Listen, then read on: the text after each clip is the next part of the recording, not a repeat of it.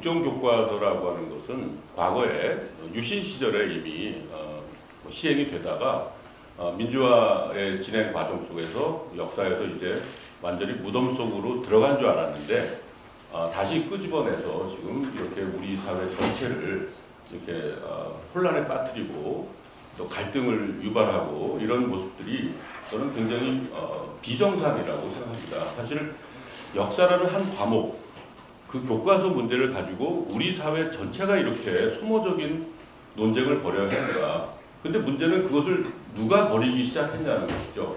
말하자면 그것이 민간 차원에서는 얼마든지 나올 수 있죠. 다양한 의견이 나올 수 있지만 정부가 해야 되는 역할이라고 하는 것은 그것을 보다 정리해주고 안정화해서 사회적인 갈등을 최소화해주는 게 저는 정부가 해야 될 역할이라고 봅니다.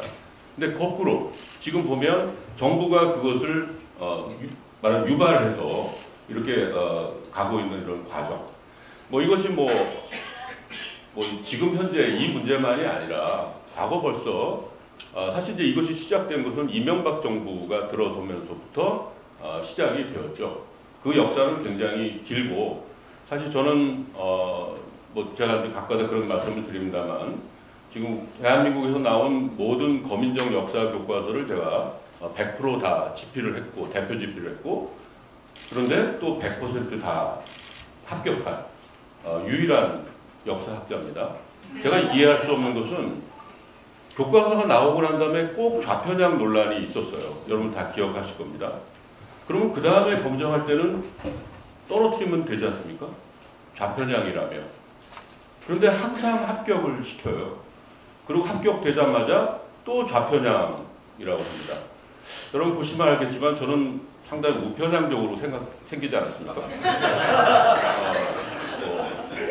제가 그런 얘기 참 많이 들었는데 그런데 어떻게 교과서를 쓰다 보니까 제가 마치 한국에서 가장 대표적인 좌편향 역사학자인 것처럼 그런 매도도 참 많이 당했고요. 여러 가지 일들 많이 당했죠. 방송 출연도 중지당하고 여러 가지 그런 일들이 있었는데 이게 문제는 뭐냐면 지금 그동안에 어쨌든 교과서를 모두 다 좌편향이라고 이렇게 매도를 하다 보니 이 정부가 갖고 있는 딜레마가 생겼어요. 왜냐하면 본인들이 합격시켰거든요. 이게 다른 사람들이 합격시킨 것을 비판하는 것은 가능한데 사실은 이걸 누가 합격시켰습니까? 이명박 정부, 박근혜 정부가 합격시킨 겁니다.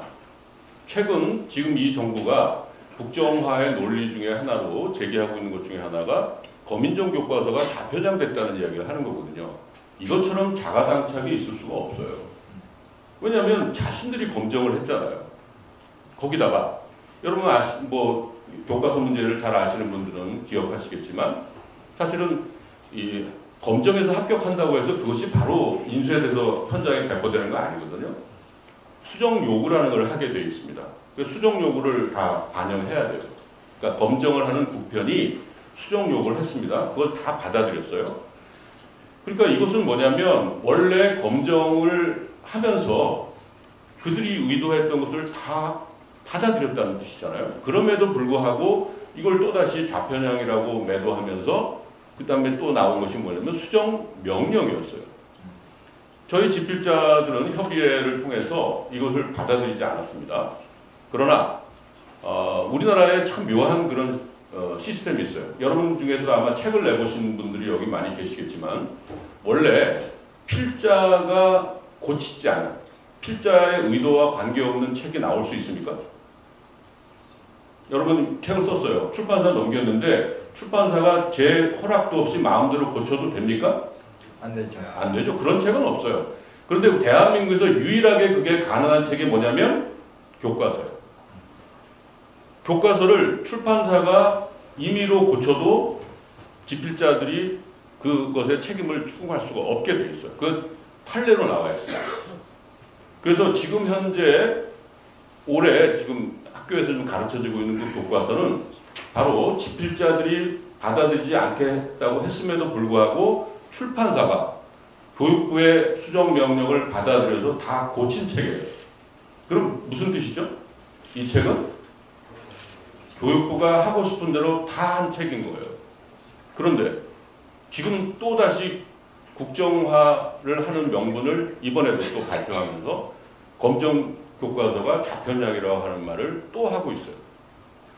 저는 정말 너무 부끄럽다고 생각합니다. 이거는 무슨 뭐 논란의 주체 중에 하나인 제가 아니더라도 객관적으로 봤을 때 이거는 정말 부끄러운 일이 아닌가 그런 생각이 들고요.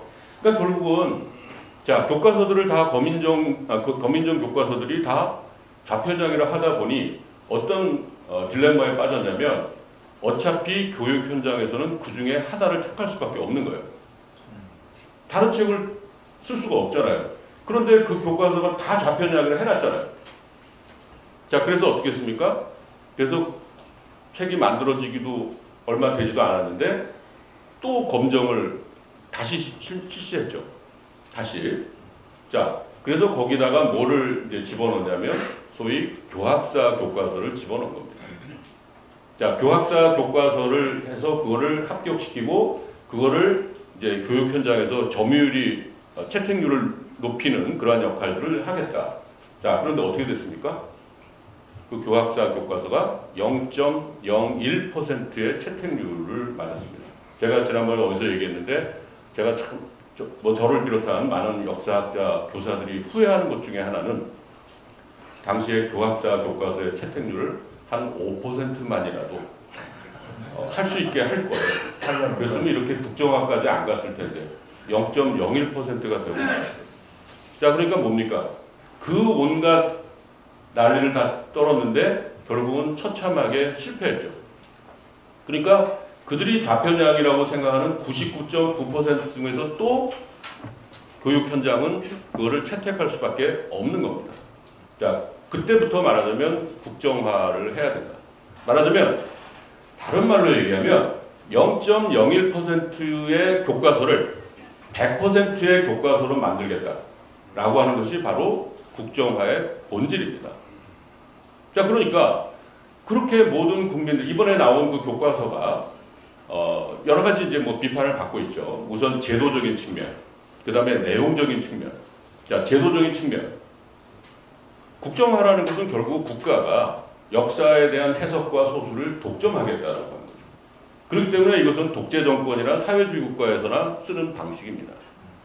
자, 우리는 이미 민주화를 이루었다는 자부심을 갖고 있는 국민입니다. 자, 이런 21세기 세계적으로 인정받고 있는 나라의 교과서 시스템이 국정이다. 이거는 세계적으로도 굉장히 웃음거리가 될 수밖에 없고요. 그 중에서도 또 한 가지 중요한 것 중에 하나는 전 세계적으로 보면 국정에서 검정으로 간 사례들이 대부분이죠. 그리고 그 다음에 자유발행제로 갑니다. 자유발행제나 그야말로 출판사들이 알아서 개발하는 거예요. 그거를 선생님들이 보시고 제일 괜찮은 책을 쓰겠다라고 결정하시면 되죠. 그러니까 소위 얘기해서 시장의 논리에 맡기는 거죠.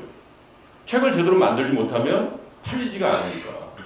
그게 사실은 선진국의 교과서 시스템인데 우리는 그나마 거민정까지 갔었잖아요.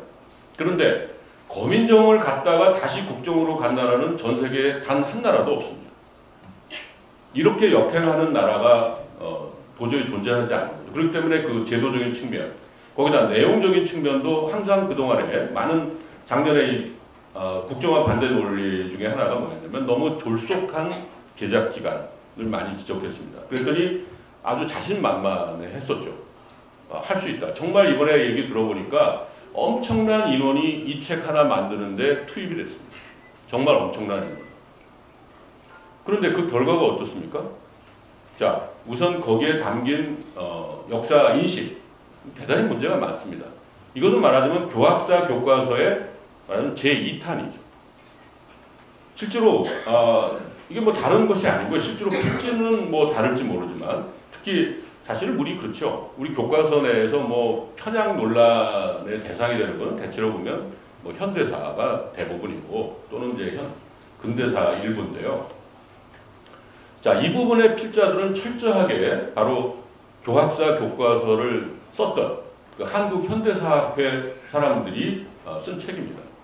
그러니까 뭐냐면 이 겉으로 보면 그 필자들 가운데는 뭐 역사학계의 뭐 퇴직 교수들, 뭐 국편에서 퇴직하신 분들, 뭐 이런 분들이 많이 있어서 역사학자들이 쓴 것 같이 보이지만 사실은 그분들은 한국 현대사학계 사람들이 쓰고 싶은 책을 편향된 교과서를 만드는데 어떻게 보면은 병풍, 울타리 역할을 해준 것밖에 아닙니다. 그 부분은 그전에도 뭐 논란이 별로 된 적이 없어요. 그러니까 그거는 그분들이 쓰고 그것도 뭐 이상하게 써서 더 문제지만 자 이렇게 해서 만든 책입니다. 이게 이제 어떻게 보면 역사관의 문제가 될 것이고 거기다가 그 내용적인 측면으로 들어가 보면 저는 제가 교과서를 10년 이상 대표 집필을 쭉 해봤기 때문에 뭐 그걸 많이 기억을 하고 있지만 사실은 굉장히 어렵습니다. 교과서를 쓰는 작업이. 논문을 쓰는 것보다 더 힘든 작업이라고 저는 생각합니다. 더군다나 역사 교육의 현장에 있어보지 않은 사람들은 정말 어렵습니다. 왜냐하면 교수들이 자기가 평소에 쓰던 문장을 쉽게 좀 써왔다고 갖고 오잖아요. 거의 대부분 그건 교과서로 쓸 수 없는 문장을 가져오게 돼 있습니다. 중고생들에게 맞는 그런 문장이 아니거든요. 자, 근데 이번에 누가 다 썼습니까? 교수들, 그것도 70대 은퇴 교수들 이런 분들이 썼습니다. 그것도 거기다가 사회과학자들, 역사 교육에 대해서 한 번도 가본 적도 없고 들어본 적도 없는 사람들이 역사 교과서를 쓴 겁니다. 그러니까 그 내용이 어떻겠어요? 정말 어려워요. 정말 이 교과서로 만약에 학생들이 배운다면 정말 집어던질 것 같아요. 너무 힘들어서. 자, 그런 문제. 거기다 수없이 많이 등장하는 오류들. 사실 교과서라고 하는 것은 가장 중요한 것은 정확성이죠. 자, 역사에 대한 그 평가는요. 어떤 특정한 인물, 특정한 사건에 대한 평가는 다양하거든요. 다양해요. 역사학자들끼리. 하지만 그것이 교과서에다 실릴 때는 그래도 대부분 그래도 많은 분들이 동의하는 거를 중심으로 교과서를 쓰게 되어 있습니다. 그런데 거기 보면 정말 인정받지 못한 학설들이 그냥 그 교과서에 그대로 들어가 있다든가 뭐 이런 것들을 볼 수 있고 우리가 이제 흔히 많이 얘기하듯이 이 교과서는 뭐 박정희를 위한 뭐 교과서다 이런 얘기를 많이 하는데 저도 이 내용을 참 검토해 보면서 진짜 깜짝 놀랐습니다. 박정희에 대한 분량이 굉장히 많아요. 그런데 그 다음에 제가 뒤에 그 찾아보기, 색인을 찾아봤어요. 얼마나 나오나. 박정희라는 이름이 없어요. 왜? 너무나 많이 나오니까. 민망하니까 박정희를 뺐습니다. 그랬더니 제가 다른 선생님이 세보니까 23번 나옵니다. 2등이 몇 번인지 아십니까? 5번입니다. 1등이랑 2등이 현격한 차이를 보여주고 있죠. 서술 분량도 엄청나게 많습니다. 다른 정권에 비해서나 다른 시기에 비해서. 그랬더니 그쪽 부분 집필했다는 분이 라디오 방송에 저랑 앞뒤로 나왔는데 뭐라 그러냐면 오래 집권했기 때문에 많이 썼대요. 그럼 앞으로 많이 쓰려면 장기 집권을 해야 된다는 얘기네요. 그래서 제가 그 다음에 이렇게 맞받았습니다. 그러면 조선왕조는 500년이면 도대체 몇 배를 써야 되는 거냐? 박정희 정권보다 25배를 써야 되는 거 아니에요?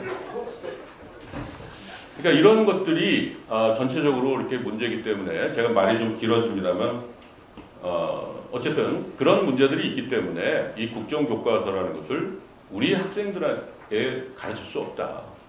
그런 이야기들을 하는 것입니다. 이것이 어떤 그 이념적인 문제, 그러니까 무슨 뭐 진보다 아니면 뭐 좌파다 그러기 때문에 국정교과서를 반대한다. 이건 절대로 사실이 아닙니다. 지금 또 교육부가 그런 시도를 하고 있어요. 자꾸만 이거를 무슨 보수와 진보에 대해 절대 그렇지 않습니다. 그렇기 때문에 이 자리에 계신 분들도 아마 국정교과서를 직접 보신 분들이 그렇게 많지는 않으실 거예요. 보기 힘들게 해놨으니까. 지금 여러분 그 웹에 들어가서 그거 보시려면요. 좀 나이 드신 분들은 눈이 아파서 몇 페이지 못 보십니다. 그러니까 어떻게든지 안 보게 자꾸만 해놔요. 그러니까 그렇게 자랑스러우면 많은 분들이 볼 수 있게 해줘야 되잖아요. 자, 그래서 늘 지금 하는 얘기 중에 하나가 현장 검토본이다. 그렇기 때문에 오류가 있을 수도 있으니 바로 잡아달라. 그런데요. 정말 제가 이 얘기 듣고 정말 제가 원래 굉장히 잘 참는 사람인데 참을 수 없었던 것 중에 하나가 자 이번 그런 책을 쓰고요. 그 필자들이 1인당 받은 원고료가 2,350만 원인가 그렇답니다. 2천만 원이 넘습니다. 1인당 몇 페이지 썼는지 아십니까? 제가 계산해 보니까 14페이지 정도 썼습니다. 다른 국정교과서에 비해서 원고료가 8배 정도를 받았다고 그래요. 이건 매수 아닙니까? 저는 매수라고 말하자면 아무도 쓰지 않으려고 그러니까 말하자면 거기에 참여하신 분들에게 이런 식으로 돈으로 이거 말하자면 가름하려고 하는 그런 것이 아닌가 그런 생각이 들었고 거기다가 이것들을 이제 앞으로 어떻게든 지금 뭐 현장에서 쓰게 해보려고 여러 가지 노력을 하고 있지만 저는 이거는 절대로 어떤 대안 뭐 제3의 대안 저는 이런 것이 있을 수 없다고 봅니다. 이거는 폐기만이 유일한 정답이고 그 이외에 다른 것을 찾을 수가 없고 지금 아무리 여러 가지 뭐 꼼수를 부려서 이렇게 저렇게 한다 하더라도 어차피 이 책의 운명은 1년밖에 안 되는데 그걸 위해서 쓴 예산이 44억입니다. 자, 우리가 낸 세금입니다. 이거를. 여러분 거민정 집필자들이 얼마 받는지 아십니까? 이 자리에서 한번 까볼까요? 제가 받은 거 정말 눈물겹습니다. 저희 계약금 300만 원 받았습니다. 합격하잖아요. 그 책이 인쇄되면은 이제 인쇄를 10%를 그 필자들이 나눠서 받습니다. 근데 교과서 한 권의 값이 얼마인지 아십니까? 5,000원 정도 합니다. 그러니까 책 한 권에 500원 정도의 인쇄를 가지고 한 10명 가까운 필자들이 나누면 책 한 권당 50원입니다. 그런데요, 그나마 저희가 300만 원의 계약금 받았잖아요. 그거는 선인쇄로 제합니다. 그러니까 처음에 1, 2년은 저희는 인쇄도 한 푼 없어요. 그런데 이분들이 얼마 받았다고요? 뭐 이럴 줄 알았으면 검정 쓰지 말고 국정 쓸 걸. 그래서 돈이라도 좀 벌을 거 하는 자괴감이 들다가 그래도 이제 정신 차려야죠. 저러면 안 되죠. 역사에 그렇게 남으면 안 되겠다는 그런 생각을 하고 있고요. 어쨌든 제가 말이 좀 길어져서 죄송합니다. 네, 이 정도 먼저 하겠습니다.